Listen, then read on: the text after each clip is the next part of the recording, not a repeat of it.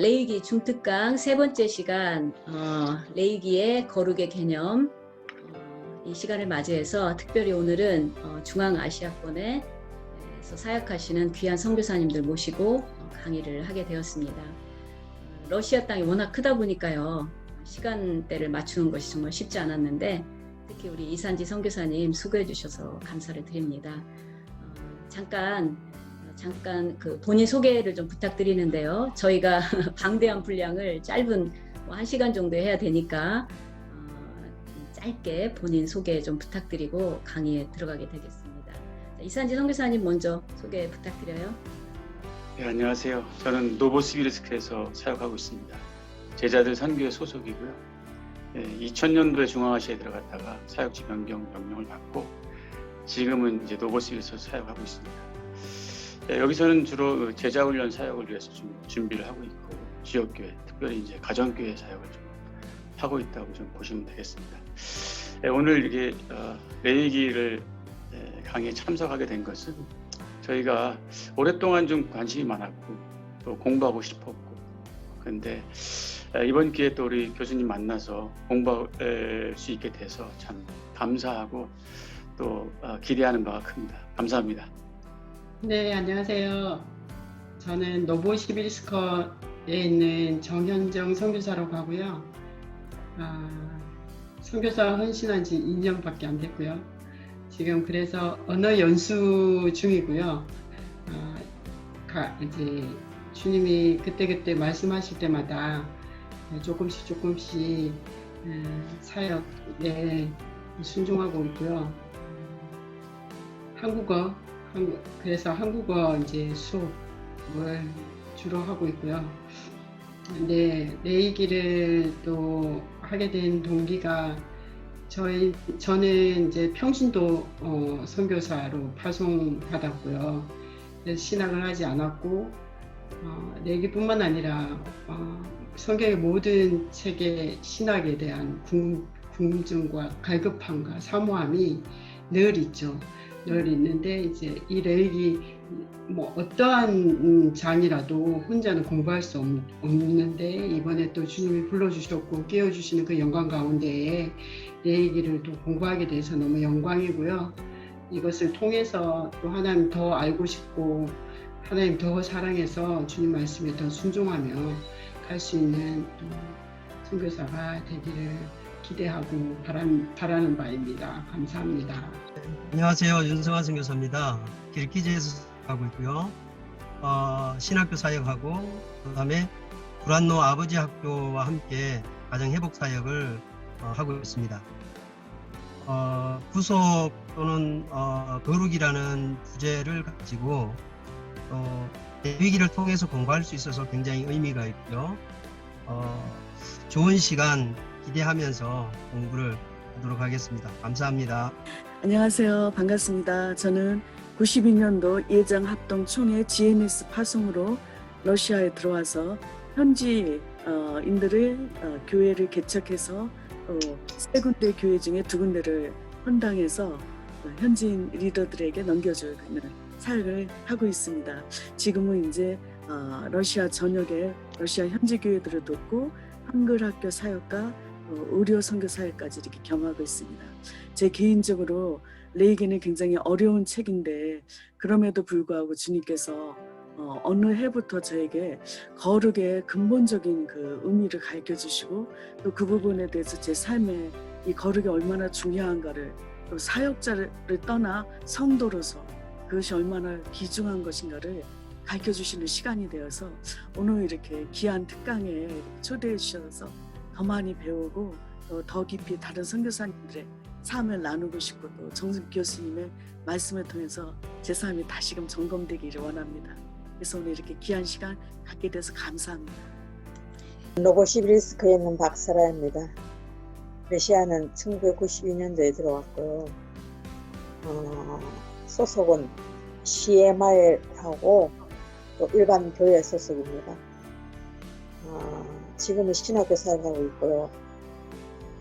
저는 그냥 교수님이 레이기 특강하신다 그래갖고 그냥 공부 좀 더 해보고 싶어서 들어왔어요. 네. 그렇습니다. 네, 감사합니다. 그러면 이제 본격적으로 강의에 들어갈 텐데요.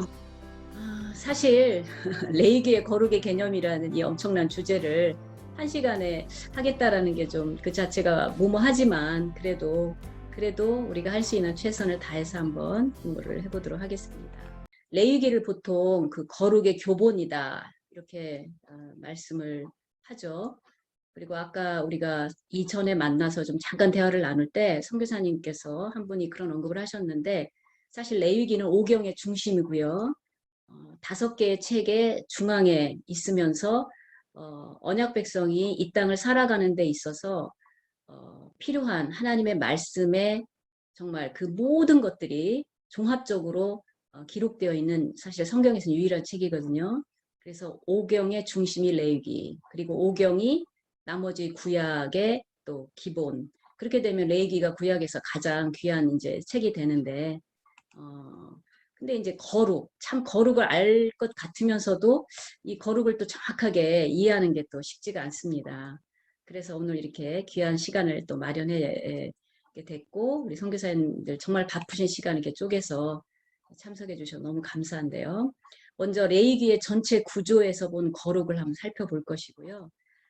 이렇게 쭉 보시면 어떤 입체적인 그 앵글에서 거룩의 개념을 이해하려고 노력하는 이제 그런 시도를 느끼실 수 있을 겁니다. 그 레위기의 거룩의 소극적 의미, 적극적 의미를 좀 찾아보고요.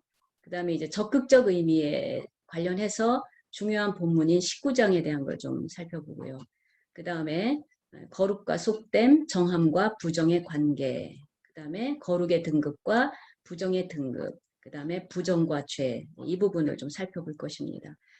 대체적으로 이 거룩의 신학적인 소극적 의미, 적극적 의미를 파악을 하시면 이제 대략적인 건 들어오지만 나머지 이 거룩과 속됨, 정함, 부정 등등의 내용을 같이 이렇게 생각해 보면 좀 더 거룩의 개념을 잡는데 종합적인 도움이 되실 거라는 생각을 하게 됩니다. 자, 그럼 먼저 레위기의 전체 구조에서 본 거룩을 보겠습니다. 우리 선교사님들께서 이렇게 성경을 연구하시고 또 가르치실 때 이 구조는 참 중요합니다. 모든 책이 그렇죠. 왜냐하면 구조는 성경의 저자가 자신의 메시지를 전달하기 위해서 의도적으로 이 구조를 통해서 메시지를 전달하거든요. 그래서 이 구조를 잘 파악을 할 때 각 책이 주는 그 메시지가 선명하게 드러납니다. 그래서 저는 이제 레위기 특강이 오늘 3번째인데 할 때마다 전체 구조를 항상 파악을 하고 그 이제 구체적인 주제에 들어갑니다. 보통 그 구약 특히 오경을 연구한 학자들이요. 오경에 있어서 가장 중요한 구절을 출애굽기 19장 6절 성경이 있으시면 찾아보시면 이제 이스라엘 백성이 출애굽해서 시내산에서 하나님과 시내산 언약을 맺을 때에 그들을 제사장 나라와 거룩한 백성으로 부르셨다 그러거든요. 그러니까 이 레위기가 전체가 27장인데요. 결국 그 16장 아사셀 염소가 등장하는 속죄일 의식이 문학적인, 그러니까 위치적으로나 신학적으로나 레위기의 중심이라는 말이죠. 그러니까 레위기가 그렇게 중요한 책인데 그 중에서도 또 16장이 중요한데 이 16장을 기준으로 해서 이 앞부분은 제사장 나라에 대한 것, 그리고 뒷부분은 거룩한 백성에 대한 것, 뭐 이렇게 또 보기도 합니다. 그래서 그 앞부분 제사장 나라에 관련된 걸 보시면요. 제의적인 거룩에 대한 것이 나타나죠. 사실 제의, 하나님 앞에 예배를 드릴 때의 핵심적인 것이 제사장, 성소, 그리고 제물 이런 것들이 있죠. 물론 그걸 종합한 것이 결국은 우리 주 예수 그리스도 통해 나타나지만 자, 먼저 제의적인 거룩 1에서 15장을 보시면요. 성소에서의 거룩과 가정에서의 거룩 이렇게 또 크게 1에서 10장, 11에서 15장 이렇게 대별해 볼 수가 있습니다. 제물의 성별을 보면 1장에서 7장까지 또 백성을 위한 규정, 제사장을 위한 규정 이렇게 나오고요. 잘 아시는 5개 제사가 백성을 위한 제2규정에 나타납니다. 그리고 나머지 6, 7장은 제사장이 특별히 알아야 될 규정에 대해서 나오죠.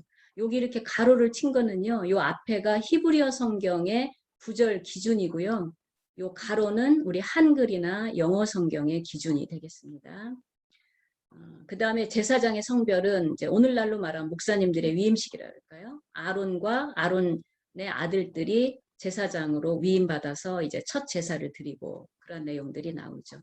그리고 가정에서의 거룩은요. 제가 아까 언약 백성이 이 땅에 살아가는데 종합적인 규정을 주는 책이 유일하게 레위기다 그랬는데 가정할 때 기본적으로 의식주가 들어가잖아요. 그것이 11에서 15장에 다 나옵니다. 음식법 저희가 그 중특강 2번째에서 다룬 거고요. 그리고 12장이 이게 출산이란 말입니다.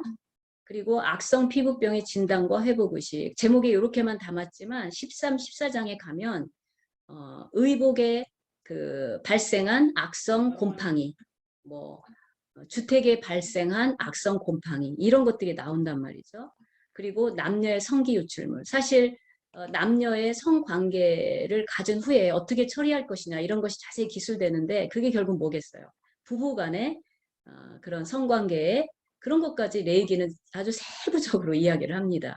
그래서 결국은 의, 식, 주 그리고 부부관계, 출산 이 모든 것들을 11에서 15장 정결법이라는 이름을 가진 그런 본문인데요. 이렇게 다루면서 하나님의 언약 백성이 이렇게 가정에서 어떻게 거룩한 삶을 살아야 될지. 왜냐하면 레위기에서의 그 시대는 하나님의 성막을 중심으로 12지파의 그 텐트가 쭉 둘러 살았지 않습니까? 그렇기 때문에 가정에서도 철저하게 정결법을 지켜야 됐죠. 만약에 심한 부정일 때는 또 속죄제를 드려서 그때 이제 정결제죠. 그건 이제 우리가 중특강 1에서 공부했는데 정결제 역할을 하는 속죄제를 통해서 깨끗함을 받아서 그래서 이 모든 것들이 결국 제의적인 거룩에 대한 것을 얘기를 해줍니다. 그 다음에 윤리적인 거룩인데요. 이제 이 부분이 계속 반복될 터인데 우리가 거룩하면 제가 시간이 없어서 선교사님들의 귀한 생각을 좀 못 듣는 게 아쉽는데 거룩하면 하나님과 나와의 관계 또 심하면 뭐 어디 수도원이나 아주 그 깊은 곳에 떨어져서 기도하고 말씀 보고 이렇게만 생각할 수 있는데 레위기의 거룩은요. 그 공동체의 현장에서 완성이 됩니다. 그래서 공동체 생활에서의 거룩에 대해서 피식용 금지, 윤리적인 정결법 18, 19, 20장은 우리가 이따 조금 집중적으로 볼 것입니다. 그리고 제사장의 규례가 나오는데 이 제사장의 규례가 공동체에서의 거룩, 윤리적인 거룩에서 등장하는 그것을요. 이렇게 해석해 볼 수 있습니다. 아무리 공동체에서의 거룩이 중요해도 하나님과 나 사이에 그 거룩이 전제되지 않는 그런 윤리적인 거룩은 성경이 추구하는 거룩이 아니다. 즉 우리가 다른 종교나 또 안 믿는 분들 보면 참 우리 믿는 사람보다 더 거룩해 보이는 분들, 더 선해 보이는 분들이 있어요. 그런데 그분들과 우리의 거룩의 차이는 반드시 하나님과 나 사이에 거룩이 전제가 돼야 된다는 거. 이것을 한 번 더 리마인딩 해주기 위해서 이런 본문이 이 후반부에 성결법전이라고 소위 알려진 이 윤리적인 거룩에 들어가지 않았나 또 이런 해석이 가능합니다. 그 다음에 시간과 공간, 이 땅의 거룩에 대해서 잘 아시는 일곱절기, 뭐 유월절, 뭐 희년, 초막절 등등의 일곱절기. 이 절기는 결국 예배죠. 이러한 부분들, 그 다음에 성소 관리 규정, 그 다음에 희년, 그 다음에 이제 언약적인 권면, 이 레위기가 결국은 신의 산 언약을 전제를 합니다.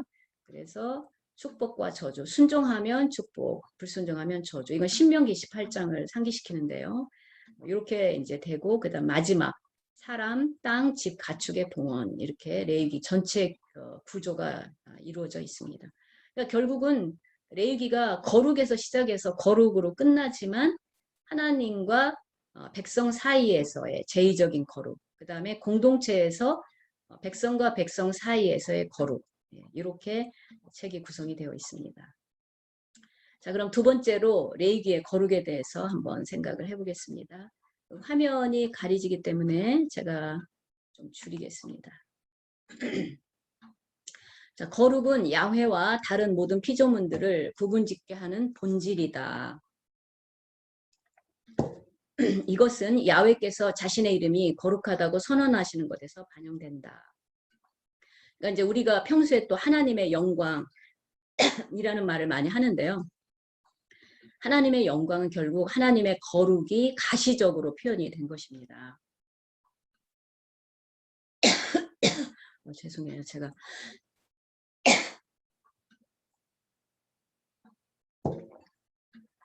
그러니까 레위기에 나타나는 어떤 사랑과 사물도 본질적으로 거룩하지 못하며 그들의 거룩은 야훼와의 하나님과의 관계성에서만 정의되어 나타난다. 그러니까 하나님만 거룩하시고 마치 별처럼 우리는 거룩하다 할지라도 하나님의 거룩을 그냥 그러니까 투영하는 거죠. 이 거룩에 대해서 좀 오토라는 학자가 굉장히 유명한데요. 이분이 이제 이런 정의를 내렸습니다. 이분은 타 종교의 그 신학자들과도 굉장히 깊은 교분을 갖는 분인데 종교적 체험 속에 존재하는 깊은 감동, 우리가 일반적으로 알고 있는 거죠. 그런데 이 거룩에서 윤리성, 합리성을 제외한 본래적 개념을 이분은 그 새로운 신조어를 만들었어요. 누멘적인. 그러니까 사실 이제 이것이 일반 기독교나 뭐 타종교를 다 포함해서 우리가 일반적으로 인지하는 어떤 거룩의 개념인데 그것을 담아낼 수 있는 용어가 없으니까 이분이 이렇게 누메누스 그러니까 누멘적인 누미너스라는 신조어를 만들었거든요. 근데 이런 관점에서 이 오토는요, 이 히브리어 코데시, 그러니까 이제 이게 거룩이라고 번역이 되는 이제 히브리어인데 코데시, 또 헬라어에서는 이제 뭐 70인역이라든지 신약에서는 하기오스, 라틴어에서는 상투스, 이런 용어들은 윤리적인 도식화와 개념이 보충된 그 관념의 가장 높은 발전 단계의 의미를 내포하는 어휘다. 이게 무슨 말이냐 할 때 우리가 일반적으로 인간이 생각할 수 있는 이 누멘적인이라는 이 거룩의 개념에 어떤 윤리적인 개념이 추가된 그 개념이 사실은 이제 구약 성경에 나타난다는 거죠.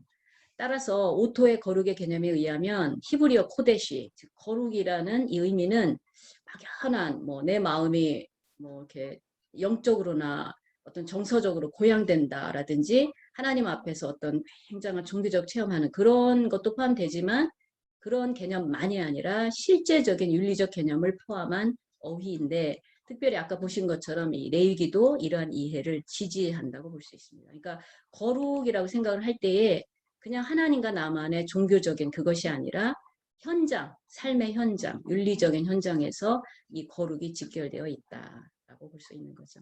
레위기의 거룩의 신학적 의미에는 이제 일반적으로 우리가 거룩의 개념이 뭐냐 할 때 분리를 많이 생각하잖아요. 네, 맞습니다. 그런데 사실 분리는요, 소극적인 의미가 있고요. 적극적인 의미가 있습니다. 이 온전히 아마 오늘 특강에 좀 어떤 특별한 내용이 아닐까 그런 생각을 합니다. 제가 여러분들의 얼굴을 좀 보면서 강의를 하고 싶어서 다시 켰습니다. 자, 그럼 거룩의 소극적 의미인 분리를 한번 보시면요. 이거는 비교적 개념이 간단해요. 레위기에서 코데시, 거룩의 기본 의미는 속된 것, 부정한 것으로부터의 분리. 예. 그래서 아까 그 레위기의 제사법 5개 그 5대 제사 있었지 않습니까? 거기 제사법, 뭐 음식법 규정, 그러니까 정한 음식은 먹어도 되고 부정한 음식은 구별해서 먹지 마라. 이러한 개념들은요, 다 분리의 개념이 밑바탕에 깔려 있어요. 그러니까 제사법에 의하면 이제 정결한 소, 양, 염소만 드릴 수가 있죠. 그러니까 이방인들은 고대 이스라엘 그 시대에 뭐 돼지도 드리고 다양한 동물을 뭐 자신들의 신에게 드렸지만 이스라엘은 꼭 요 새 동물 그리고 조류에서는 뭐 독수리 뭐 이런 게 아니라 비둘기로 구별해서 드렸고요. 또 여호와께도 구별된 부위는 대표적인 게 기름이에요. 그러니까 이제 속죄제 뭐 레위기 4장, 5장이나 뭐 3장 읽어보시면 콩팥이 많이 강조되는데 콩팥이 뭐 기름덩어리라고 그렇습니다. 기름들은 다 여호와께 구별해서 드려지고요. 물론 피도 하나님께 드려집니다. 또 사람들도 구별해서 드려지죠. 레위기 아까 그 제사장의 위임식. 그래서 아론과 그의 아들들도 구별해서 드려진 사람들이에요. 이 히크리브라는 히브리어는요. 희생 제물을 여호와께 드릴 때 사용되는 제2 전문 용어인데요. 이 히크리브란 용어가 제사장의 위임식 문맥에서도 나타납니다. 그러니까 결국 제사장 위임식을 통해서 그 제사장들도 동물처럼 하나님 앞에 드려지는 거예요. 이미 드려진 사람이라는 거예요. 또 음식법도 이렇게 가려서 먹어야 되죠. 왜냐하면 이스라엘 백성이 먼저 출애굽을 통해서 야훼가 그들을 구별했기 때문에 자신들도 음식을 구별해서 먹어야 된다는 거죠. 또 이제 피금지 규정은 그 당시에 이스라엘이 아무리 약속의 땅에 산다 해도 주변 사람들하고 뭐 무역도 해야 되고 수시로 그 접촉이 있지 않습니까? 근데 그 사람들은 제의에서 피를 마신단 말이죠. 따라서 피를 금지해서 그들로 하여금 이방 제에 참여하지 못하도록 한 것이 있고요. 또 사실은 또 레위기 17장 11절에 보면 동물의 피는 제단에서 사람을 위한 속죄를 위해 드려지기 때문에 또 피가 각별하게 다뤄졌다고도 볼 수가 있습니다. 레위기 11장 이 음식법과 유사한 법이 20장 22절, 26절에 이렇게 요약해서 나오는데요. 레위기 11장은 그냥 독립적으로 뭐 정한 음식, 부정한 음식 이렇게 얘기했지만 20장에 가보면 가증한 풍속, 그러니까 뭐 인신매매, 폐륜, 간음, 수간, 동물과의 뭐 성적 관계 이런 것들이 이스라엘이 그 출애굽에서 나온 이집트, 또 이스라엘이 레위기적 관점에서 보면 들어갈 가나안 땅에서는 이미 성행하고 있었다는 거죠. 그 문맥에서 나타나요. 그러니까 단순히 음식을 뭐 부정하니까 먹지 말아라 그런 그 자체의 의미뿐만 아니라 그렇게 음식을 구별해서 먹는 그 궁극적인 목적은 그런 이방인들의 가증한 죄악으로부터 너를 구별해라. 하루 중에 계속 먹거리를 우리가 접하게 되는데 이스라엘 백성들이 그 당시에 이제 그런 음식을 구별함으로써 자신도 그 더러운 악행에서 구별해라라는 그 의도가 있다라는 것이죠. 특히 20장 20, 26절에서요. 그 반복적으로 이 마달, 구별하다라는 동사가 계속 나타나는데요. 이거는 어떤 것을 구별하는 야훼의 행하심과 이스라엘의 구별 행위에 동일하게 사용됩니다. 그래서 이러한 분리에 관한 법들은 고대 이스라엘 사람들에게 아주 생생한 의미가 있는 것으로 그들을 거룩의 목적으로 이끌었죠. 그래서 자, 우리가 잠깐 구약과 신약은 참 제가 가끔 이렇게 유튜브에서나 또 이제 죄송하지만 설교 말씀도 들으면 구약의 내용을 그대로 적용하는 경우들이 있어요. 근데 구약은 에센스, 본질은 구약과 신약이 같지만 형식은 다른 거죠. 그래서 점진적인 계시를 통해서 결국 희생 제사를 통해서 죄를 용서받는 이 본질은 살았지만 동물 제사라는 형식은 사라진 거죠. 구약에서. 그리고 신약에서는 이제 그것이 예수 그리스도의 희생을 통해서 완성이 되지 않습니까? 그러니까 우리가 구약을 공부해서 적용할 때는 본질을 잡고 폐해진 형식은 그 형식을 버려야 되고요.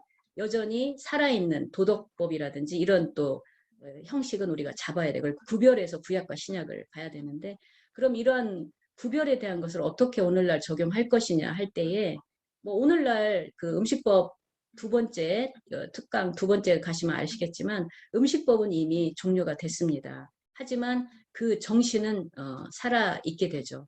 그러면 이 구별에 대한 것 우리가 분명히 구별된 사람이 돼야 된다. 결국 음식법도 구별법이거든요. 근데 우리가 일반 사람들의 눈에 볼 때 우리의 삶이 꼭 선교사, 뭐 목회자, 사역자가 아니더라도 우리 삶이 뭔가 달라야 되는 거예요. 뭔가 구별돼야 되는 거예요. 그것이 거룩의 소극적인 의미, 신학적으로 소극적인 의미이다. 그래서 거룩의 소극적인 의미는 이제 구별이다. 이렇게 정리하실 수 있겠고요. 그 다음에 온전이란 개념이 제가 이 레위기를 공부하면서 가장 사실 인상적인 것이고 저 자신에게 적용하려고 애를 쓰는 것이라고 해도 과언이 아닌데요. 거룩의 그 신학적으로 적극적인 의미가 온전입니다. 거룩은 적극적인 차원에서 그러니까 이 거룩뿐 아니라요. 뭐 속죄, 어토먼트도 그렇고 수많은 구약의 용어들이 굉장히 광범위해서 한두 마디 인간의 말로 탁 잡아내기가 참 어려워요. 그러니까 자꾸 수많은 앵글을 통해서 접근해 가려고 노력할 뿐입니다. 거룩도 마찬가지인데요. 이 거룩은 적극적인 차원에서 정결함, 퓨리티, 온전함, wholeness, 뭐 인테그리티 의미가 있다. 먼저 거룩은요. 신체적이고 윤리 도덕적인 영역에서 깨끗한 것과 관련되어 있다. 그러니까 신체적으로도 온전해야 되는 거예요. 이런 특징의 깨끗함은 어떤 것이 섞이지 않은 것을 통해서도 표현된다. 혼합된 것은 무엇이든 레이기적 관점에서는요. 뭐 밭의 종자를 섞어 뿌리든 다른 종류의 가축을 교미시키든 배우자 외에 다른 사람, 뭐 동물 성적 결합을 하든 다 가증이에요. 그러니까 레위기를 읽다 보면 뜬금없이 뭐 그런 혼방을 입지 말아라. 밭에다가 섞어 뿌리지 말아라. 이해가 안 가거든요. 근데 그게 거룩의 개념 속에 어떤 섞이지 않는 그것을 정결함으로 보는 개념이 들어있기 때문입니다. 이 정결함은 조금 있다가 다시 좀 자세히 볼 거고요. 레위기는 특히 온전함, 이 온전함에 대해서 많이 다룹니다. 이런 개념이 가장 뚜렷하게 나타나는 게 야훼께 드려지는 희생동물과 제사를 집전하는 제사의 신체적인 온전함과 관련이 돼요. 그러니까 이제 이것도 참 흥미로운데 지금 이제 요 시간을 내셔서 우리가 공부한 내용들을 차분하게 이렇게 성경을 찾아보시면 참 많은 것들을 더 확보하실 수 있을 겁니다. 제물에 그 흠이 없다라는 게 이제 히브리어로 탐임인데요. 제물이 흠이 없는 거를 하나님 앞에 드려야 돼요. 근데 제사장도 신체에 흠이 없어야 돼요. 그러니까 제사장이라도 반드시 그 장애인이 뭐 태어날 수 있잖아요. 그 제사장들은 성소에서 그 예배를 집전할 수가 없습니다. 그러니까 잘못 우리가 이 거룩의 개념을 모르면 하나님이 장애인을 말하자면 편애하시나 이렇게 생각할 수 있거든요. 근데 그게 아니고 제물과 제사장의 신체적인 온전함은 이 거룩의 온전함을 반영하기 때문에 그렇습니다. 그래서 그러한 장애를 가진 제사장도 그 성물을 먹는다든지 그런 것들은 충분하게 다 누리게 됩니다. 이 신체적인 온전함이 중요한 이유는요. 이제 동물은 그럴 수 없지만 아까 제사장도 동물과 함께 히크리브 하나님 앞에 드려진 존재라고 했잖아요. 근데 이 제사장의 신체적인 온전함은요. 바로 이것 때문에요. 도덕적인 온전함을 상징적으로 나타내야 된다는 거죠. 그러니까 제사장은 백성보다 거룩한 백성이 되라라고 부름받은 일반 이스라엘 백성보다 훨씬 엄격한 규범에 따라 살아야 된다는 겁니다. 왜냐하면 그들은 거룩을 가르치는 자고요. 가르칠 뿐만 아니라 그 유리관에 들어있는 인형처럼 성도들이 이 목회자들도 보면 다 보잖아요. 모든 삶을 보는데 이 제사장들의 삶이 모든 면에서 백성들의 모범이 되어야 되기 때문입니다. 결국 이제 그 당시 예수님이 오시기 전에 그 시대는 특히 제사장은 하나님과 백성 사이에 중보자로 서 있잖아요. 그러니까 하나님의 거룩하심이 뭔지를 자신의 삶을 통해서 보여줘야 되는 거죠. 그래서 그런 온전한 삶을 통해 백성들의 살아있는 모델이 되는 거죠. 그러므로 레위기의 거룩은 신체적인 면과 그러니까 신체적인 면에 이제 문제가 있을 때는 부정. 그러니까 뭐 제사장도 몽정할 수 있고요. 제사장도 어떤 부정한 음식을 먹거나 죽은 시체를 만져서 부정해질 수 있거든요. 그런 부분을 더 철저하게 해결을 해야 된다는 거죠. 그리고 도덕적인 면에서 그 죄의 모든 부분에서 정결하고 온전한 것과 관련이 있다. 이 레위기 19장이 상당히 이제 저는 4, 5장이 전공이지만 이 19장이 가면 갈수록 또 참 중요한 장인 것 같아요. 다 중요하지만 14장, 5장, 16장 속죄, 이 19장. 왜냐하면 이 19장은요. 레위기에서 거룩에 이르는 길을 제시하는 대표적인 본문입니다. 바로 이 부분이 이 문장이 그 레위기의 그 핵심 문장이죠. 레위기가 이제 거룩의 교본이다 하는데 너희는 거룩하라. 나 여호와 너희 하나님이 거룩합니다. 그래서 이 본문은 이스라엘이 왜 거룩해야 되냐라는 신학적인 이유를 말해주는 거죠. 그러니까 이제 아까 그 제사장의 이 모범에 대해서는 오늘날 다른 에센스는 사라졌다 할지라도 하나님 앞에 부름받은 사역자들은 여전히 하나님 앞에서 그리고 백성 앞에서 모델이 돼야 되는 그런 삶을 살아야 된다는 거고요. 그다음에 이제 다 19장에 대해서는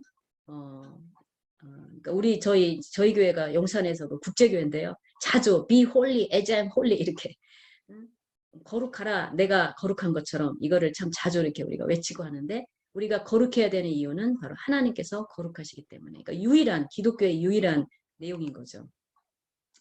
19장의 중요성을 잠깐 보면요.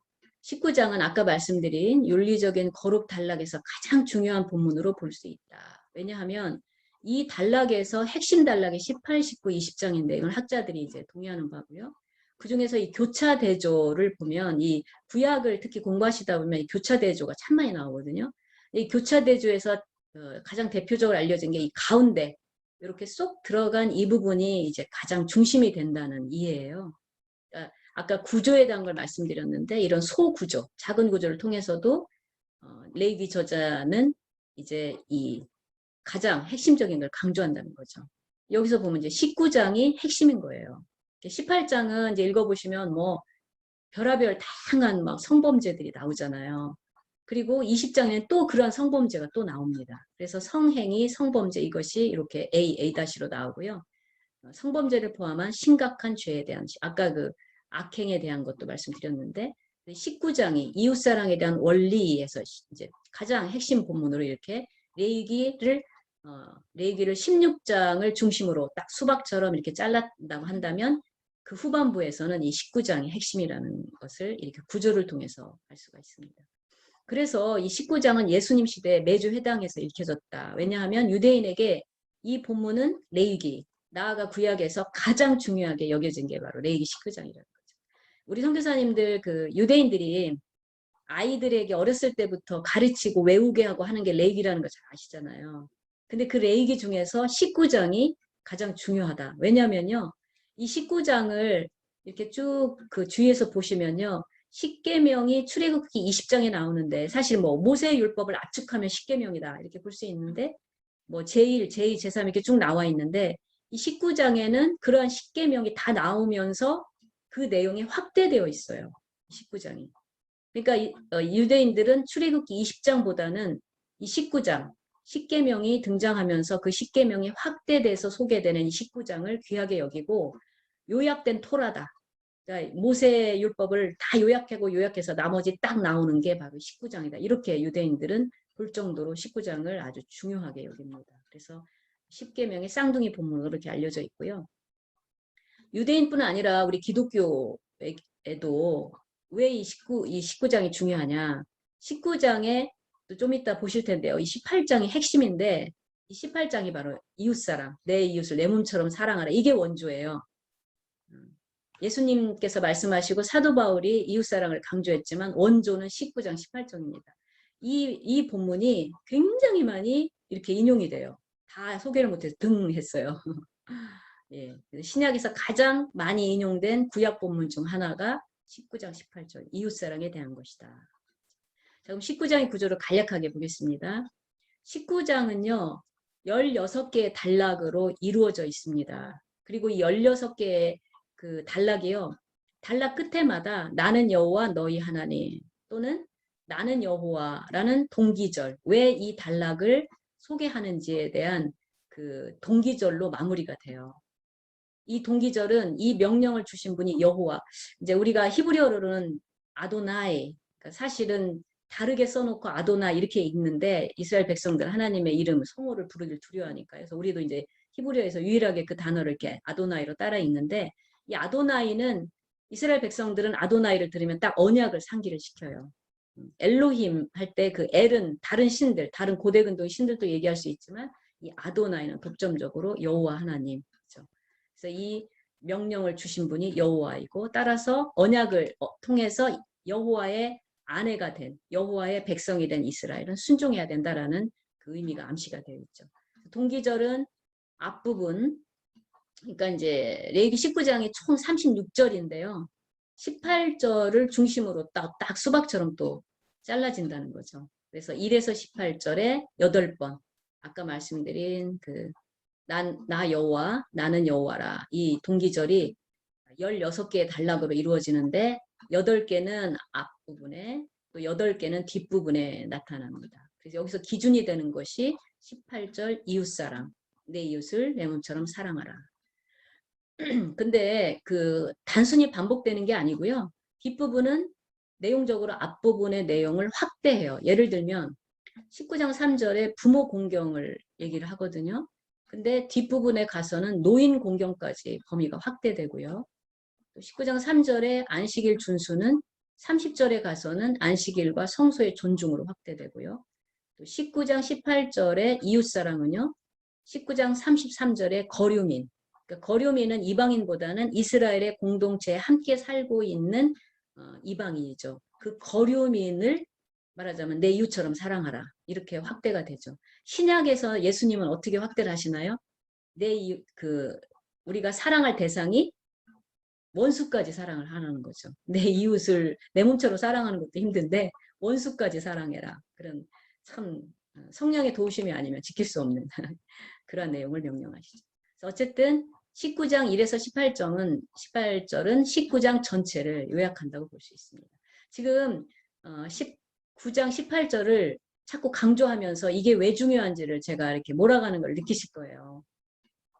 그래서 19장입니다. 19장 18절은 신학적인 이제 클라이막스라는 거죠. 이거는 지금까지의 내용뿐 아니라 이제 설명드릴 내용을 통해서 강화가 됩니다. 하나님과의 관계에 대한 규정, 내가 거룩하니 너희도 거룩하라. 그리고 우상숭배 금지에 대해 금지, 그런 부모 경외, 안식일 준수 이런 게 이제 10계명에 나오지 않습니까? 그것이 19장에 이렇게 흩어져 있는 거예요. 이어서 화목제물이 언급이 되는데요. 갑자기 왜 뜬금없이 화목제물이 여기에서 언급이 되냐 할 때 지금 화목제물은 하나님 앞에서의 거룩이 공동체에서의 거룩으로 넘어가는 이웃사랑으로 넘어가는 어떤 그 분기점 역할을 해요. 왜냐하면 화목제물은 아시다시피 고대에는 냉장고가 없었잖아요. 근데 이 화목제물은 하나님 앞에 제물을 바친 다음에 하나님께서 다시 돌려주셔서 사람들끼리 서로 말하자면 바베큐 파티를 하는 아주 교제와 기쁨이 넘치는 그런 유일한 제사인데 이 화목제물은 3일째까지 고기를 불태서 없애지 않으면 그 제사가 취소가 돼요. 받아들여지지가 않아요. 그러니까 백성들이 그 큰 양 한 마리든 소 한 마리든 이걸 한 마리를 잡으면 반드시 동네 사람들 다 불러가지고 같이 고기를 나눠 먹어야 돼요. 그러니까 자연스럽게 친목이 이루어지고 이웃 간의 사랑이 이루어지는 그런 독특한 제사거든요. 그래서 자연스럽게 이웃과의 관계로 넘어가면서 이제 그 19장을 시간을 내서 쭉 읽다 보시면요. 가난한 자들의 배려. 그러니까 추수를 해도 좀 슬슬 남겨놔라. 이게 룻기에서 나타나잖아요. 그게 이제 모세의 명령이죠. 모세의 법이죠. 또 재판할 때도 가난한 자에 대한 그런 거라든지 또 공동체에서의 윤리라든지 이런 점차로 그 뒷부분은 점점 이웃사랑을 향해서 이웃사랑이라는 명시적인 말은 아직 안 나오지만 점점 이웃에 대한 사랑으로 이 거룩에 대한 것이 확대가 되어갑니다. 따라서 19장 1에서 18절에서 거룩의 주제가요. 자연스럽게 윤리적인 실천으로 옮겨갑니다. 이것은 하나님 앞에서 시작된 거룩. 참 안타까운 게 하나님 앞에서 시작된 거룩으로 시작했다가 끝나는 경우들이 있을 수 있다는 거예요.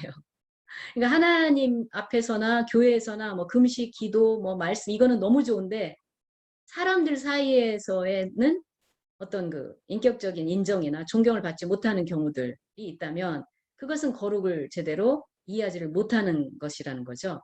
왜냐? 하나님 앞에 시작된 거룩은 사람 앞에서의 거룩으로 이어져야 되고 완성돼야 된다는 거죠. 특히 그 19장 17, 18절은요. 이웃사랑에 대한 정점을 이룹니다. 17장 앞부분에 보면 언약 백성은 형제를 마음으로 미워해서는 안 되고 문제가 있다면 적법한 절차를 밟아서 그것을 해결해야 된다. 그리고 이제 18절에 가서 드디어 명시적으로 내 이웃을 내 몸처럼 사랑해야 된다라는 말씀이 나오게 되죠. 여기서는 다 다룰 수는 없지만 그러면 내 이웃이 누구냐 할 때 물론 예수님은 사마리아인을 얘기하셨지만요. 신약으로 넘어가면 결국 이웃의 1호는 누굽니까? 정영전 선교사님 혹시 이웃의 1호를 누구라고 생각을 하고 계신지 말씀해 주시면. 그냥 개인 생각을 말씀해 주시면 돼요. 저요? 예. 이웃의 1호가 누굴까요? 우리에게 적용해 본다면. 이웃의 위로요? 1번 제일 먼저 우리가 생각해야 될 1위. 네, 그 이웃을 내 몸처럼 사랑해야 되니까 알아야 되잖아요. 가족 아니에요. 예. 남편. 맞습니다. 맞아요. 절대로 사랑할 수 없는 남편. 네. 배우자입니다. 배우자. 그게 지금은 다 말씀드릴 수 없는데 이제 내 남편, 내 아내가 내 몸처럼 사랑해야 될 1호. 내가 거룩을 완성해야 될 내 이웃의 1호라는 거예요. 저희도 사실은 남편하고 전사가 결혼을 했어요. 그랬다가 이거를 깨닫고 적용하기까지 굉장한 시간이 들어서 지금 중3인 누뚱이를 하나님 주셨어요. 첫애가 지금 30살, 25살, 둘째 그런데 아, 진짜 이 누뚱이를 통해서 거룩의 개념, 이웃사랑, 그리고 넘버원의 이웃, 내가 내 몸처럼 사랑해야 되는 이웃이 누군지 이거를 정립하는데 30년 이상 걸린 것 같습니다. 어쨌든 이러한 이해는 19장 11에서 18절에 나타나는 그 어휘들, 그 어휘들의 빈도수의 증가에서 강조되면서 이웃사랑에서 정점을 찍습니다. 그러니까 참 이 성경을 깊게 연구하다 보면요. 저자들이 얼마나 고도의 수법들을 통해서 이 말씀을 기록했는지 정말 놀라워요. 그냥 우리는 읽으면 잘 안 들어오잖아요. 이제 이걸 수사학적 구조로 볼 수 있는데 11에서 12절에 보면 너희 나는 여호와라. 아까 동기절 쭉 나오고요. 끝부분에 너희 13, 14절에는 이웃 그러다가 점점 사람을 가리키는 말이 더 나타나요. 너희 사람 이웃. 그리고 17, 18절에 가서는 다 나타나요. 형제 너희 사람 이웃. 그러니까 이 본문을 기록하는 저자의 마음에는 이제 이웃사랑이라는 것이 결국 이제 모세의 마음에는 이웃사랑이라는 것이 이제 있는 거죠. 그리고 결국에 18절에서 정점을 찍는 거죠. 결론적으로 19장 1에서 18절의 구조는요. 공동체의 삶은 거룩과 밀접한 관계가 있으며 그 거룩은 궁극적으로 이웃사랑으로 완성된다. 그래서 마태복음이 이제 마태복음이죠. 마태복음의 그 산상수훈에서 보면 사실 구약에서 이제 사실 저는 이제 레위기를 공부하면서 주님의 지상 명령의 내용도 어떻게 보면 바뀌었는데요. 주님이 거룩하신 것처럼 내가 거룩해지는 거가 가장 중요한 명령이고요. 근데 신약에서는 하늘에 계신 내 아버지가 온전하신 것처럼 너희도 온전하라. 이게 이제 산상수훈에 나온 그 말씀이 사실은 이제 신학적인 표현으로 나타나는 거고요. 그다음에 이제 로마서에서는 사도 바울이 뭐라 그럽니까? 이웃사랑의 모든 계명이 다 담겨 있다 그러잖아요. 그러니까 우리가 이웃사랑 아까 말씀드린 대로 반드시 하나님 사랑이 전제가 돼야 되죠. 그러니까 이웃사랑이 이게 기준점이라는 거예요. 그러니까 죄송한 말씀이지만 선교에 있어서 아무리 많은 성취와 열매를 가지셨다 해도 이 부분이 점검돼야 된다는 거죠. 예, 내 배우자, 내 가족, 예. 그것이 물론 이제 뭐 균형이 필요하죠. 당연히 선교지에서도 막 내 가족만 하고 사역 그건 아니라는 걸 잘 아실 겁니다. 그러므로 거룩은 제의가 아니라 어떤 종교적인 뭐 정서적인 영적인 뭐 감흥 이런 것만을 얘기하는 게 아니라 이웃사랑으로 완성이 된다. 그래서 아마 우리 선교사님들도 사실은 국내보다 해외 나가면 솔직히 어떤 인격적인 부딪힘이나 인격적인 어떤 사랑이나 이런 걸 더 깊게 느끼게 되는데요.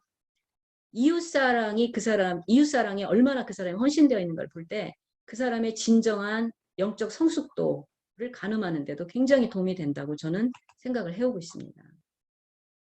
이 이웃사랑에 대한 본문인 18절은요. 이렇게 수사학적인 구조상 19장의 중심일 뿐 아니라 랍비 신학, 그러니까 뭐 유대교 신학이죠. 현대에서 토라의 중심 원리로 해석이 됩니다. 그렇다면 이스라엘은 제1을 통해 죄와 부정으로부터 정결하게 되어서 거룩으로 나갈 토대를 얻게 되며 실천적인 이웃사랑으로 거룩을 완성해 가도록 부름을 받은 것이다. 바로 이 부분은 오늘날도 에센스, 본질로 살아있다라는 이것이 거룩의 적극적인 개념이니까요.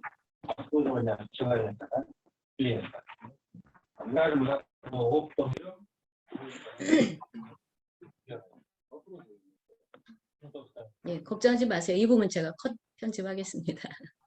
안녕하세요. 예.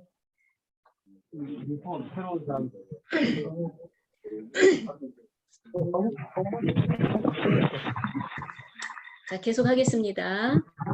이게 다 녹음이 되거든요. 그래서 조금만 소음을 부탁드릴게요. 예, 감사합니다.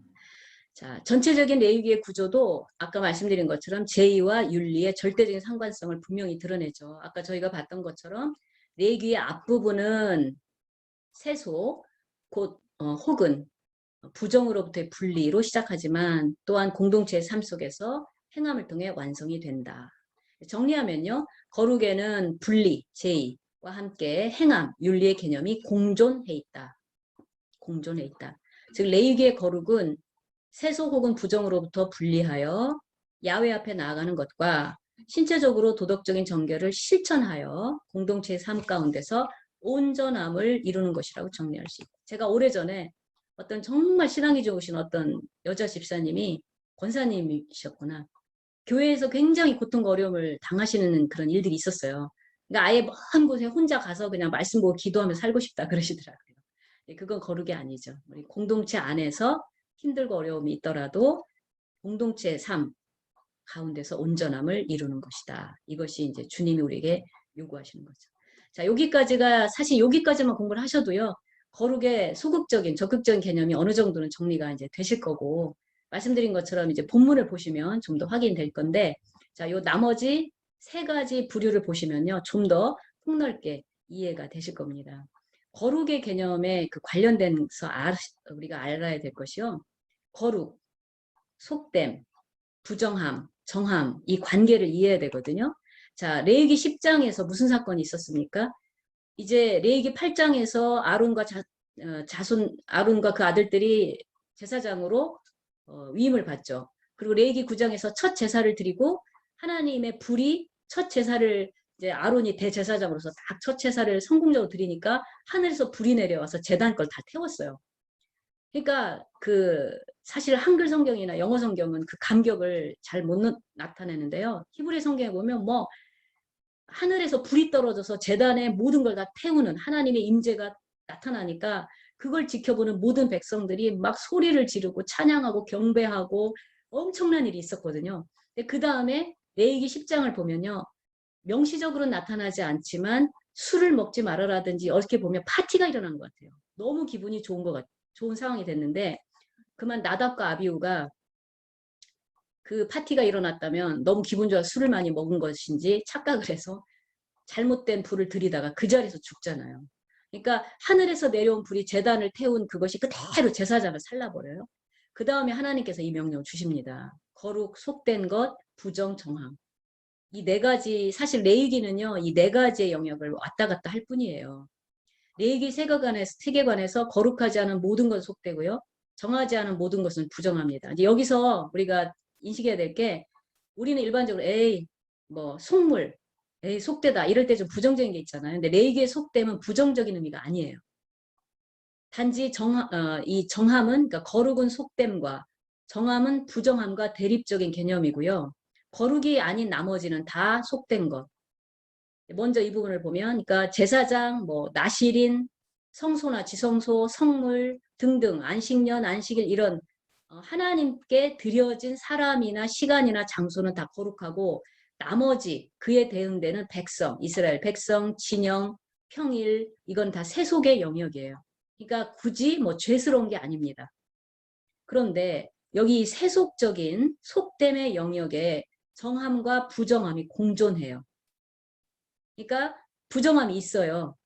하지만 정함과 부정함이 같이 세속에 있다는 거죠. 그러니까 속된 거 이꼬르 부정함 이건 아니라는 겁니다. 근데 이 따호르 아까 말씀드렸는데 따호르라는 이 정함은요. 기본 의미는 깨끗함이에요. 하지만 이 따호르라는 개념은 더 광범위해서 노말리티 정상적인 상태를 의미하기도 합니다.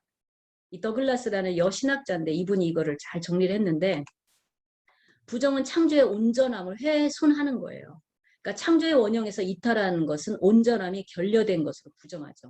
그러니까 여자가 생리를 하고 산혈을 쏟고 남자가 몽정하거나 이런 것들이 생명이 빠져나오니까 부정한 것도 있지만 그거를 부정한 상태로 보는 거예요. 온전한 정상적인 상태가 아니라고도 보는 거예요. 그래서 이 따우르라는 그러니까 이 따우르라는 정함이라고 표현된 이 의미는요. 노말리티, 정상적인 상태를 말하기도 한다. 그래서 부정은 정함과 반대되는 상태, 곧 비정상적인 상태를 나타내. 이걸 네 가지 개념을 이렇게 정리해 보면 거룩이 있고요, 속됨, 거룩하지 않은 나머지 모든 건 속되고 속됨 안에는 정함과 부정함이 같이 이렇게 있어요. 근데 보시면 거룩은 속됨하고 정함하고 이렇게 경계가 서로 접할 수가 있는데 거룩과 부정은 절대 만나지를 못해요. 바로 나답과 아비후가 하나님이 지정하시지 않은 부정한 불을 들였기 때문에 바로 거룩의 불이 나와서 그들을 살은 거죠. 그래서 그림에서 보여주는 것처럼 속됨은 정함과 부정과 연관되지만 거룩은 절대 부정과 양립할 수 없다. 그럴 때 거룩은 파괴적인 소멸하는 불로 나타나기 때문이다. 어떤 대상이 본질적으로 부정할 수 있죠. 태어날 때부터 부정한 짐승이 있지 않습니까? 또 어떤 것이 일시적으로 부정해질 수 있죠. 하지만 어떤 절차를 통해서 부정해지면 정결을 위한 절차를 통해 그 정한 상태를 회복하게 되는 거죠. 또 속된 영역에 있는 어떤 대상, 그러니까 아론과 아들들은 그냥 정결한 백성이었을 뿐인데 위임식이라는 성별화 과정을 통해서 거룩한 사람이 됐죠. 그런 거룩한 사람도 또 이제 예를 들면 여기는 이제 나실인데 놀라운 게 고대에서요 여자들도 나신이 될 수가 있었고 나실인의 거룩의 정도는 일반 제사장보다 높아요. 대제사장과 같은 급이에요. 그런 사람들이 다시 속화의 과정을 통해서 일반 정결한 백성으로 돌아올 수도 있고요. 그래서 이렇게 왔다 갔다 하면서 딱 고정되어 있는 것이 아니라 이렇게 부정한 것은 정함으로, 정한 것은 거룩하게 이렇게 갈 수가 있습니다. 그러니까 레위기의 내용, 27장의 내용들은요, 사람과 사물이 이 단계를 반복적으로 왔다 갔다 하는 겁니다. 그래서 사람과 사물은 본래 거룩한 존재가 아니지만 규정된 절차를 거쳐 깨끗하게 되고 성별화돼서 거룩의 영역에 들어갈 수가 있게 되는 거죠. 언약 백성은 일상적인 음식 및 일상생활에서 불가피한 부정의 문제들을 규정에 따라 해결하는 것을 통해 항상 정결한 상태를 유지해야 된다. 그러니까 뭐 남녀가 몽정하고 생리를 하고 부부관계를 갖고 그렇게 부정한 건 피할 수가 없는데 그러면 거기로부터 어떻게 다시 정결한 상태가 되느냐 그런 해결을 다 주신 거죠. 그걸 좀 이따 다시 보겠습니다. 왜냐하면 이스라엘 백성이 왜 그렇게 철저히 정결해야 되느냐 진영의 중앙에는 거룩하신 야훼 임재가 있는 성막이 자리 잡았기 때문이죠. 자, 거룩의 등급과 부정의 등급 이제 거의 끝으로 달려가고 있습니다. 일반적으로 거룩한 제사장은요. 거룩한 제사장은 거룩한 회막에서 거룩한 음식을 먹어야 돼요. 그러니까 사람, 장소, 음식. 자, 이스라엘 백성은 정결한 이스라엘 백성은 정결한 진영에 거주하면서 정한 음식을 먹어요. 반면 부정한 이방인은 부정한 진영 밖에 거주하면서 부정한 음식도 먹을 수가 있습니다. 그런데 레위기 거룩에서 독특한 게요. 거룩에도 등급이 있습니다. 이것은 레위기의 거룩이 야훼와의 관계를 통해 정의되기 때문인 것으로 보인다. 곧 어떤 대상이 야훼께 가까이 가면 갈수록 그것은 더 거룩해지며 또한 더 거룩하게 될 것을 요구합니다. 그러니까 제사장인 나답과 아비후가 바로 그냥 거룩한 사람으로 위임을 받자마자 그 하나님의 말씀이 아닌 것으로 하나님을 예배하려고 하다가 그렇게 당한 거죠. 또 회막 중에서도요. 회막의 그 구조도를 보시면 번제단, 뭐 회막문 사이, 성소 등등이 있지 않습니까? 지성소. 그런데 이스라엘 백성은 부정한 상태에서 회막들에 못 들어가요. 왜냐하면 하나님의 거룩한 그 회막을 오염시키거든요. 자신의 부정으로. 그러니까 정한 상태가 확인이 되면 마치 우리 코로나 요즘에 확인이 돼야 우리 누뚱이도 학교에 꼭 이렇게 코로나 확인을 해서 받아들이더라고요. 그런 상태에서 회막 뜰에만 들어갈 수 있는데 그 이상은 안 됩니다. 반면 제사장은 거룩한 성막에는 들어갈 수 있는데 또 지성소에는 못 들어가요. 지성소는 대제사장만 1년에 한 번. 그것도 줄을 매달고 들어가죠. 만약에 그 사람이 하나님 앞에 설 자격이 없는 거룩한 상태가 아니면 그 자리에서 또 죽기 때문에 줄을 매달고 방울을 달고 들어가죠. 또한 제사장은 백성보다 엄격한 거룩함을 요구받으며 대제사장은 더욱 엄격한 거룩을 요구받는다. 예컨대 대제사장은 일반 제사장과 달리 부모님의 장례식에도 참석할 수가 없어요. 왜냐하면 시신은 레위기에서 가장 부정한 건 죽음인데 그 시신의 장례식에 참여하면 자기 몸이 또 부정하게 되는 거예요.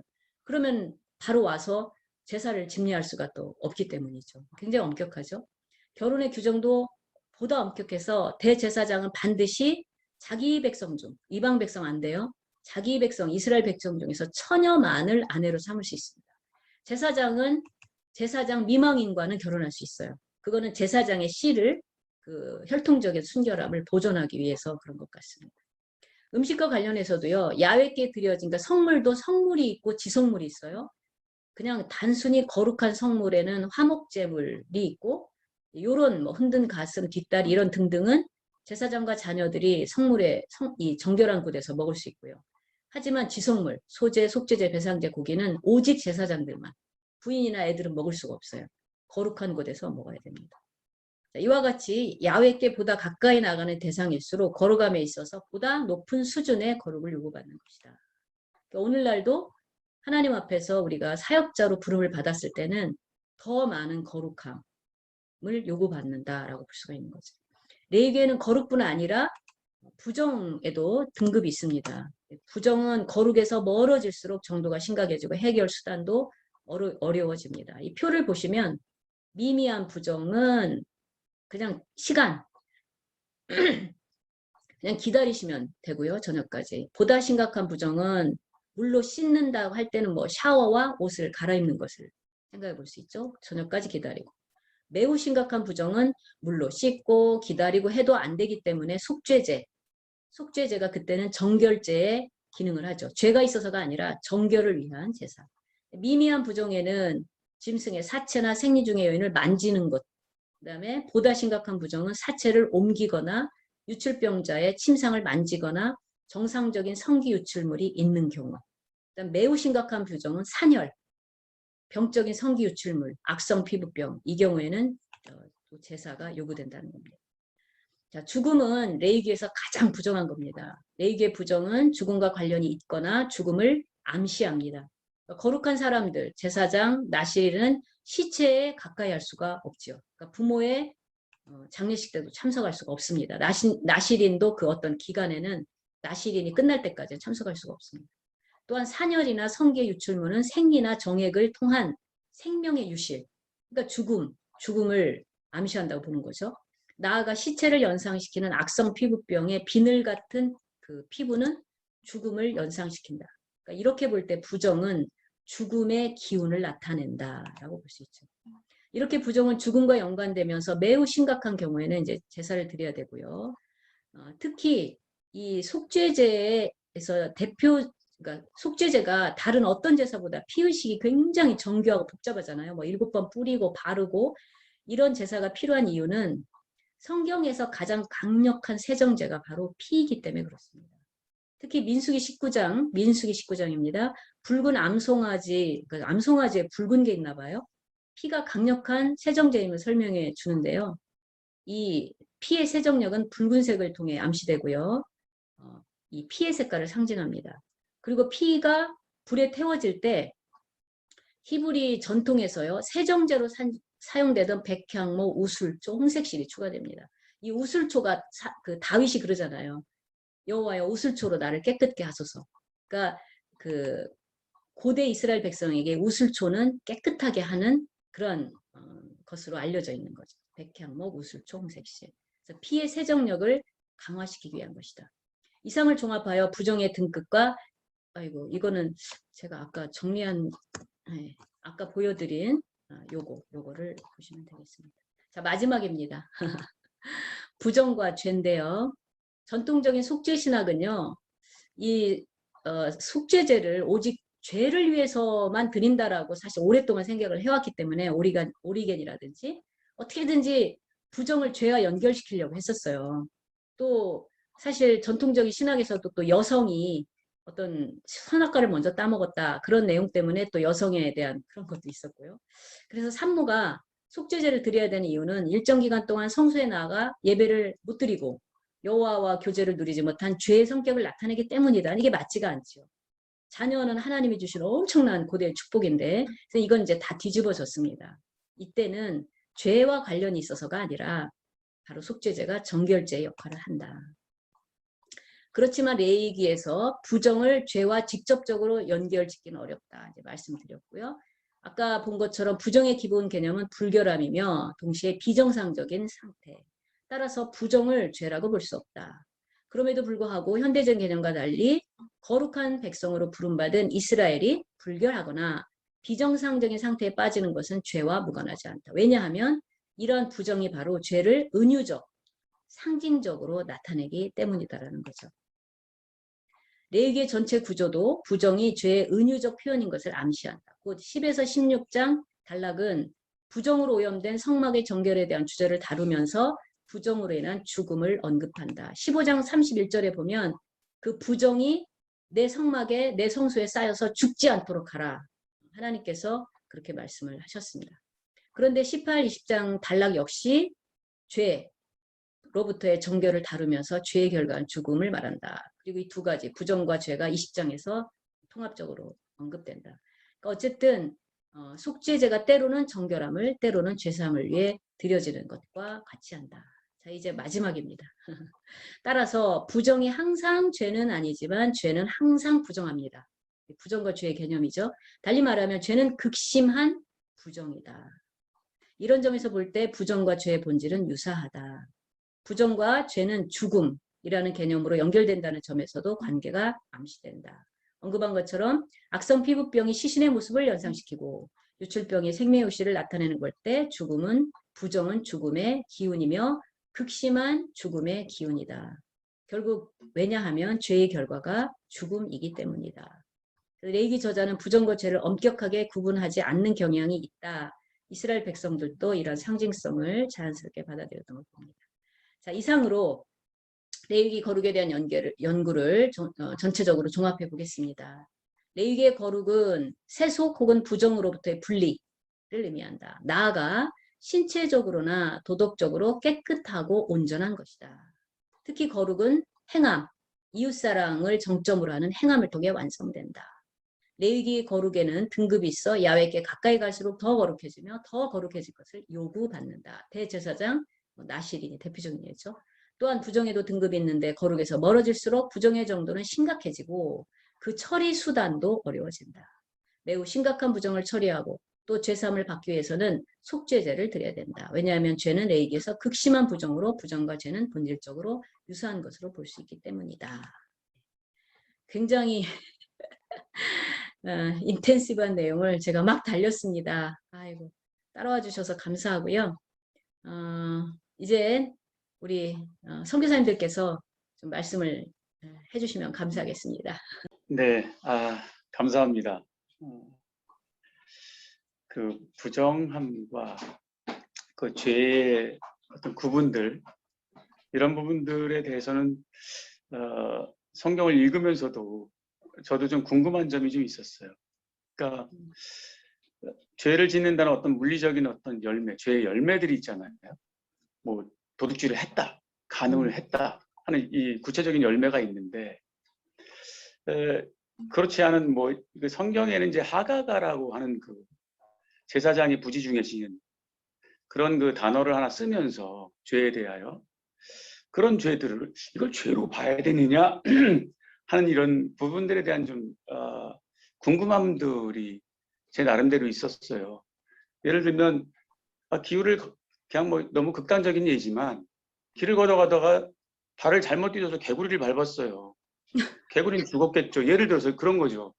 그게 뭐 내가 죽이려고 해서 그런 것도 아니고 어떻게 그냥 발을 건넜는데 이렇게 됐단 말이에요. 결과적으로. 이거 어떻게 해야 되냐 이거를 하는 이제 이런 부분들. 그다음에 이제 아까 이제 그 산열병 같은 것들 경우에 이건 뭐 내가 그러려고 그래서 게 아니라 그렇게 만드셨잖아요. 예를 들면. 근데 예. 또 근데 그것 때문에 또 제사를 드려야 돼. 이제 이런 것들에 대한 이걸 어떻게 개념을 잡고 정리를 좀 해야 되느냐 하는 이런 것들이 좀 이렇게 있었는데 오늘 좀 강의를 쭉 들어가면서 이렇게 갈래를 타고 좀 이렇게 좀 바라보면 좋겠다는 그런 생각을 좀 했는데요. 예, 이 부분은 제가 좀 약간 이해를 좀 뭐 더 잘못하고 있는지 모르지만 이렇게 이해가 된 부분들이고 또 질문이 있다면 뭐 그래서 이제 이런 것들 때문에 우리가 제의라는 제도가 있는데 그러면 제사를 그것 때문에 제가 드렸다고 하더라도 지금 구약적인 관점입니다. 그러면 이제 그것 때문에 죄의 속죄함을 받는다든지 혹은 부정이 정결하게 된다든지 라고 하는 어떤 그런 것들에 대한 하나님 앞에서 인정은 이게 법이니까 하더라도 말씀하신 대로 하면 나타나는 거 그게 어떻게 나타났는지 보이지 않으면 제사를 드린 것으로 내가 정결해진 건지 아니면 제사를 드린 후에 삶 속에서 제가 원수까지 사랑하는 모습이 열매로 드러나는 것을 봐야 결과적으로 그게 제사가 드려진 것인지 일단 이런 부분들은 좀 강의를 들으면서도 좀 숙제로 좀 남는 것 같아요. 지금 선교사님은 거룩의 개념을 넘어서서 이제 제사 부분까지 확대를 하셨는데요. 일단 아까 그 샤가가 그 비의도적으로 그거는 이제 속죄제를 집중적으로 공부할 때 다뤄야 될 내용인데 사실 참 우리가 깜짝 놀라는 게 속죄제를 드려야 되는 게 뭐 배상제 또는 속건제도 그렇고 실수로 지은 죄를 위해 드리는 거예요. 의도적인 죄는 기본적으로 죽음이란 말이에요. 아까 내가 정결하게 됐다 할 때 이 미미한 부정, 심각한 부정, 매우 심각한 부정을 이대로 처리를 했으면 이제 정결하게 됐다 하고 우리가 이스라엘 백성들이 이제 믿으면 되고 이 제사를 드렸을 때는 바로 제사장들이 선언을 해줘요. 예를 들어 레위기 12장에서 산모가 자신의 정결을 위해서 속죄제를 드렸을 때 제사장이 속죄한 즉 산모가 정결함을 받으리라. 만약에 죄를 위해 드린 거라면 레위기 4, 5장에 보면 제사장이 속죄한 즉 헌제자가 죄사함을 받으리라 이렇게 확인을 해줍니다. 그러니까 그거는 이제 열매 이전에 제사장이 얘기를 해주고 이 부분도 사실 아까 정결법 11에서 15장에서요. 제사장이 다 체크를 해줘요. 이거는 악성 피부병이다 아니다. 그래서 진영 밖으로 나가서 살아야 된다. 안에서 살아도 된다. 그리고 피부병이 나았으니까 다시 정상생활 할 수 있다. 이거를 그래서 제사장들이 배치가 되어 있는 거죠. 제사장들이 그렇게 확인을 해줍니다. 사실 굉장히 방대한 내용이에요. 예, 감사합니다. 다른 분도 말씀 좀 다 들어보고 싶은데요. 네, 아까 말씀해 주신 것 중에, 그러니까 뭐 여자들의 생리나 아니면 남자들의 무웅정이나 이런 것들이 정상적이지 않고 비정상으로 오는 이런 부정이라고 얘기하셨는데, 그러면 그 지금 정상적인 것과 비정상적인 그 기준이 그러면은 태초에 그 원형이 기준인 거죠. 원형, 우리의 그렇죠. 원형이 이 죄로 이렇게 비정상적으로 된 그런 얘기 하신 거죠. 그게 이제 죄가 들어와서 원래 정상적인 것이 비정상적으로 됐다고 하기에는 그건 조금 표현상 그렇고요. 그러니까 이 레위기 아까 그 말씀드린 게 반드시 그러니까 몸의 정상 상태가 아니라고 보는 거예요. 여자가 생리하거나 할 때 뭐 통증이 있다든지 뭐 어떤 그 혀를 쏟으니까 그런 부분이라든지 남자가 몽정을 하는 것 그런 정상적인 부분을 포함해서 이제 병적인 그런 성기 유출물이 나올 때는 그거 심각한 부정이 돼서 이제 제사를 드려야 되는 그런 게 되는 거고 또 겹쳐서 중의적인 게 이제 여자가 생리혈을 쏟고 남자가 몽정을 할 때 생명이 나오잖아요. 그 생명이 결국 터져 나오는 것이니까 그거를 하나의 이제 생명 유실. 그래서 죽음이 가장 부정하기 때문에 죽음을 어떤 암시하기 때문에 또 부정한 것으로 본. 그러니까 하나의 이게 이제 100% 옳다라기보다도 몇백 년 전에는 알 수 없는 내용들을 학자들이 열심히 연구해가지고 이러이러하니까 부정한 거 아니냐. 그런 것 같다. 이렇게 조심스럽게 접근해가는 거예요. 단정은 참 짓기가 어렵습니다. 근데 지금 그러면 결국에는 이렇게 생각해도 돼요? 그러면은 주님이 우리한테 죄인을 의인으로 칭해 주셨다고 그러잖아요. 칭의. 네, 칭의, 의인으로. 그러면 이 제사를 지내서 속죄를 하고 행위를 이렇게 부정한 거 맞추준 그 기준에 따라 이렇게 해서 부정하게 정결로 됐다라는 거를 이런 칭의로 봐도 되는 거예요? 아니면은 그거는 아주 먼 얘기. 그러니까 그러면 칭은 이제 신약에서 예수님의 의로우심을 우리가 이제 전가를 받는 거잖아요. 그러면 속죄제를 지냈으면은 나는 죄가 완전히 없어진 거예요. 그렇게 의미를 하는 거예요. 여기 그렇죠. 구약에서. 그렇죠. 그러니까 제사장이 속죄한 즉 헌제자가 죄사함을 받으리라고 선언을 해줘요. 이제 죄사함을 깨끗이 받았어요. 근데 문제는 또 죄를 짓고 또 제사를 드려야 돼. 그러니까 수많은 동물들이 계속 죽어나가요. 그래 또 제사를 지내면 또 딱 없어지는 거죠. 그렇죠. 없어지는 거죠. 계속 반복은 되지만. 그렇죠. 그것이 이제 대속죄를 하나님 주신 이유가 하나님 제사가. 그러니까 맞아요. 속죄제도 그냥 의도적인 죄가 아니라 비의도적인 죄를 위한 제사이기 때문에 드렸다고 했는데도 비의도적이니까 죄는 여전히 처리가 안 됐는데 나는 죄사함을 받았다고 생각할 수 있잖아요. 정결하다고. 그리고서 성막에 들어가면 그 성막을 내가 오염시킬 수 있잖아요. 일반 백성도 그렇고 제사장도 그렇고. 그런 것들이 1년 동안 쌓이고 쌓여서 성막을 오염시킬 수가 있단 말이죠. 그거를 1년에 한 번은 모든 죄를 단번에 다 해결할 수 있도록 제도적인 장치를 주신 게 이제 대속죄일인 거예요.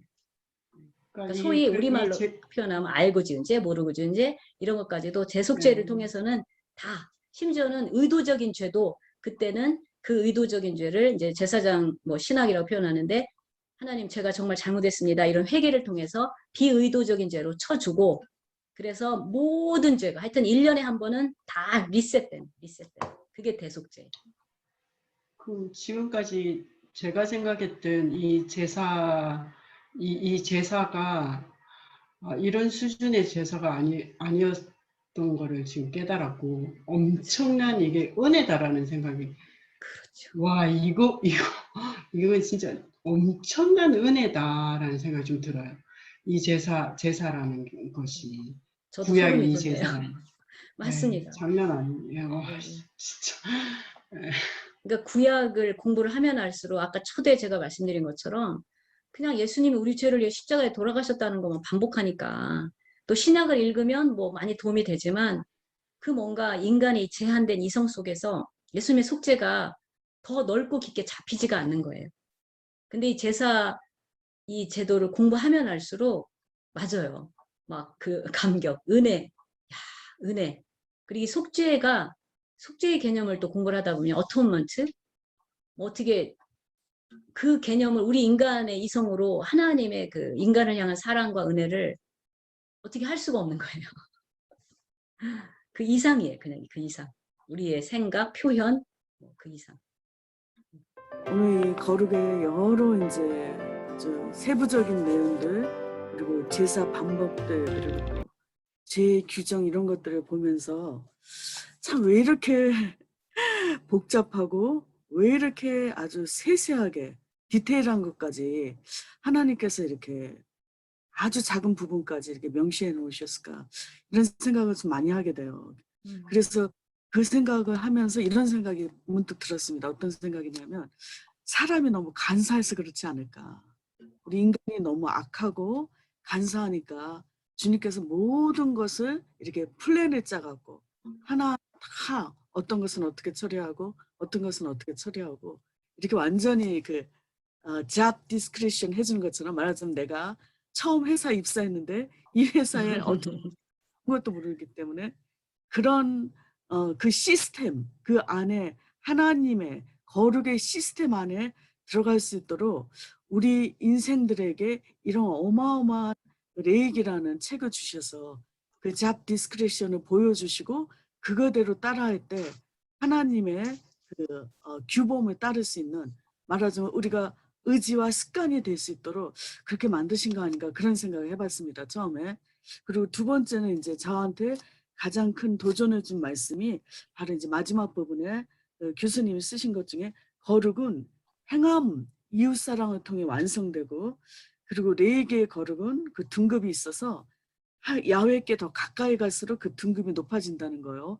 근데 여기서 굉장히 중요한 게 바로 그 우리가 거룩하면은 그냥 말씀 많이 듣고 성경 많이 하고 막 정말 새벽부터 밤까지 기도하고 저분은 정말 기도하는 분이야. 저 권사님은 그냥 아침부터 저녁까지 기도하셔. 이렇게 될 때 그분에 대한 우리의 경외감 내지 그런 목사님도 마찬가지죠. 그렇게 말씀과 기도가 제일 우선으로 성경에서도 이제 나오지만 근데 굉장히 중요한 부분은 이 땅에 살면서 그 행함이라는 거죠. 그 행실이나 그 인격이 그 거룩의 모든 것을 사실 완전하게 하신다는 그 말씀이 그것을 잣대를 그런 거 아닌가. 왜냐하면 아무리 말씀과 기도로 진짜 모든 것을 올인한다 하더라도 그 삶에서 성품과 인격과 행실의 문제가 주님 앞에 드려지지 않는다면 그러니까 결국은 이제 그 동물을 그 제단 앞에 드리는데 죽어야 되는 것처럼 이 네 개의 이 동물들이 우리를 대신해서 죽는 그 죽음이 우리 안에 우리의 자아와 이런 모든 것이 그 행함과 인격과 우리의 성품으로 드러나지 않는다면 우리의 삶이 어떻게 될까? 굉장히 위선적인 거룩에 닿는 그런 위선자의 모습과 같은 저의 모습을 좀 보는 것 같았습니다. 사실은. 그래서 최근에 굉장히 많이 고민하고 있는 것은 우리 한국 교회가 이렇게 어렵게 된 것도 이 레위기의 이 모습, 이 귀한 그 율법과 이 모든 명령과 계명들에 대해서 이것을 그냥 액면적으로 받아들이고 내 속이 변화되지는 않으면서 겉으로 옷만 입고 말하자면 그 띠만 띠면은 그 거룩의 옷을 입었다 하는 것으로 모든 것이 다 해결되지 않았나 그런 고민을 하면서요. 그 제가 교수님한테 이제 드리고 싶은 그 질문은 정말 거룩한 사람들이 그 통찰력이 좀 약간 부족한 모습을 볼 때 그 제가 제 안에서 그 거룩에 대한 의심이 들 때가 많이 있습니다. 굉장히 기도와 말씀과 이런 어떤 부분에서 아주 훌륭하고 귀하신 분들인데 어떤 실제적인 삶에서 또 실제적인 문제를 의논하러 나갈 때 그 거룩의 그런 잣대를 들이대서 무조건 옳다 아니다로 이렇게 쫙 끊으셔갖고 뭐랄까 더 이상 뭐 물어보고 말씀드릴 그런 겨지가 없이 그 거룩이 그렇게 좀 굉장히 무섭다는 생각이 우리가 다 답은 알고 있는데 이 거룩을 삶에서 어떻게 적용해야 되는 것이 굉장히 큰 저한테는 의문인 것 같습니다. 오늘 강의를 아주 요약을 자체를 잘 해주셨네요. 제가 또 가장 강조하고 싶은 부분을 또 말씀해 주셨고. 아까 말씀드린 것처럼 저희 부부도 30년이 넘는 사실 사역을 해왔지만 바로 이 부분에서 어떤 뭐라 그래 패러다임 시프트, 패러다임 전환을 가져왔어요.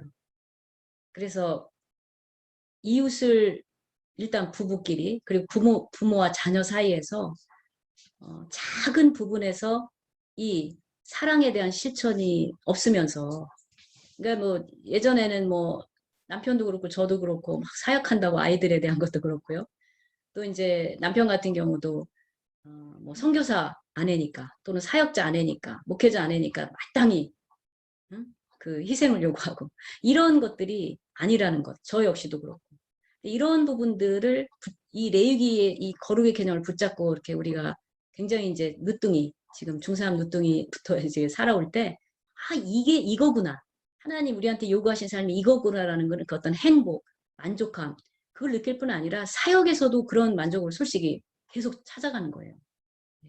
그러니까 무서운 게 나는 너를 I don't know who you are at all. 네가 누군지 전혀 몰라라는 말씀을 한다고 그랬잖아요. 근데 그분들이 엄청난 성취를 한 거예요. 하나님의 일을. 얼마나 무섭습니까?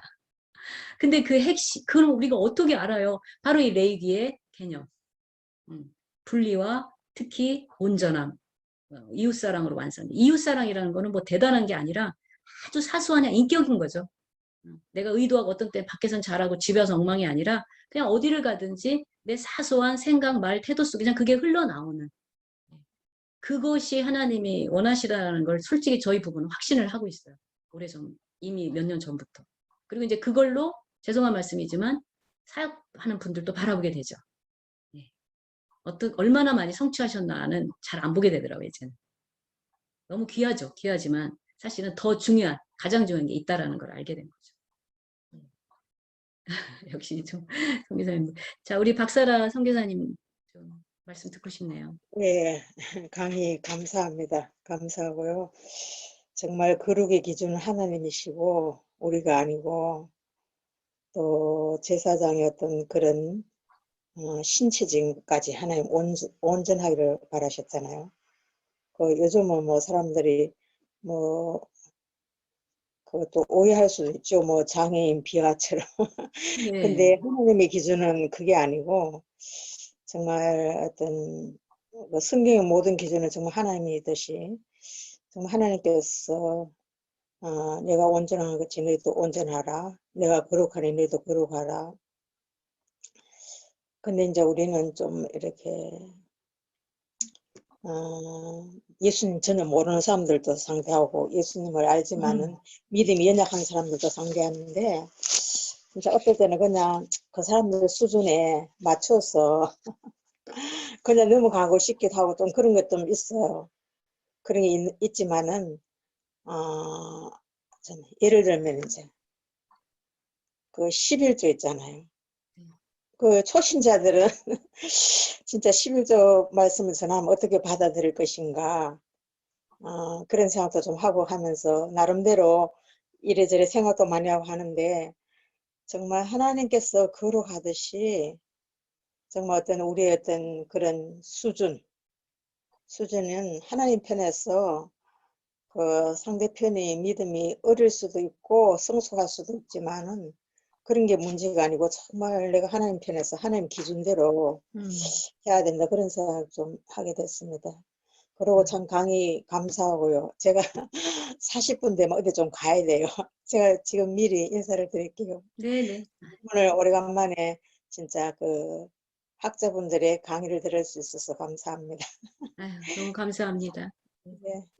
자, 그러면 오늘 이렇게 해서 짧은 시간이지만 너무나 귀하신 우리 선교사님들 모시고 레이기 거룩의 개념에 대해 생각해 봤습니다. 그럼 여기에서 마치도록 하겠습니다.